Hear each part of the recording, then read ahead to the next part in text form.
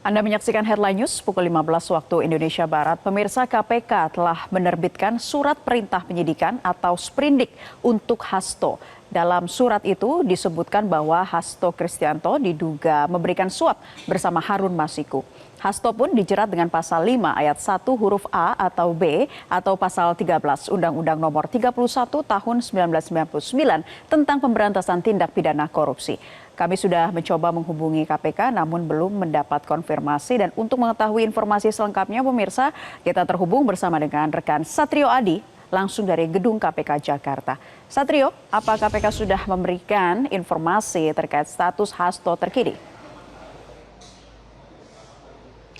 Naila, sesaat lagi KPK akan memberikan atau mengumumkan secara resmi penetapan tersangka terkait dengan kasus dugaan suap yang menjerat Hasto Kristianto sebagai Sekjen PDI Perjuangan.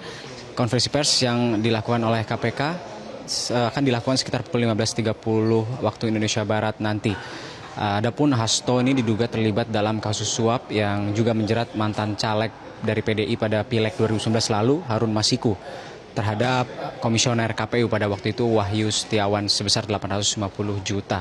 Suap itu diberikan kepada komisioner KPU untuk memuluskan langkah Harun Masiku untuk menggantikan Nazarudin Kemas yang waktu itu terpilih sebagai anggota DPR RI. Namun karena ia meninggal, maka Harun Masiku berhasrat untuk menggantikannya melalui proses PAW atau pergantian antar waktu.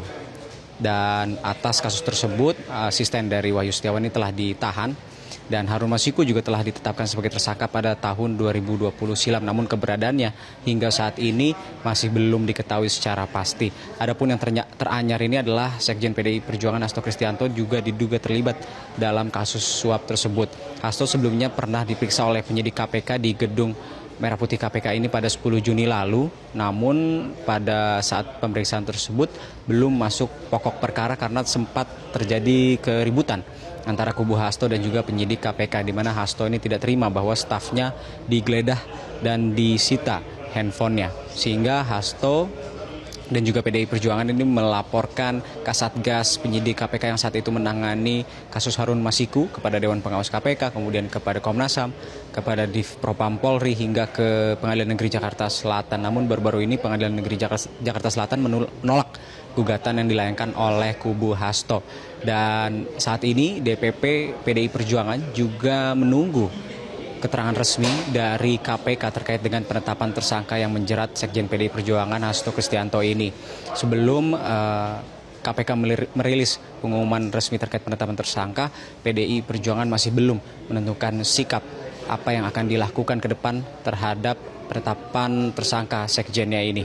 Tentu kita nantikan bagaimana nanti KPK memberikan keterangan lebih lengkapnya terkait dengan penetapan tersangka yang menjerat Sekjen PDI Perjuangan Hasto Kristianto. Naila. Baik, kita akan tunggu selengkapnya bagaimana nanti keterangan yang disampaikan oleh pihak KPK sesaat lagi. Terima kasih Satrio Adi melaporkan dari Gedung KPK Jakarta. Selamat bertugas kembali.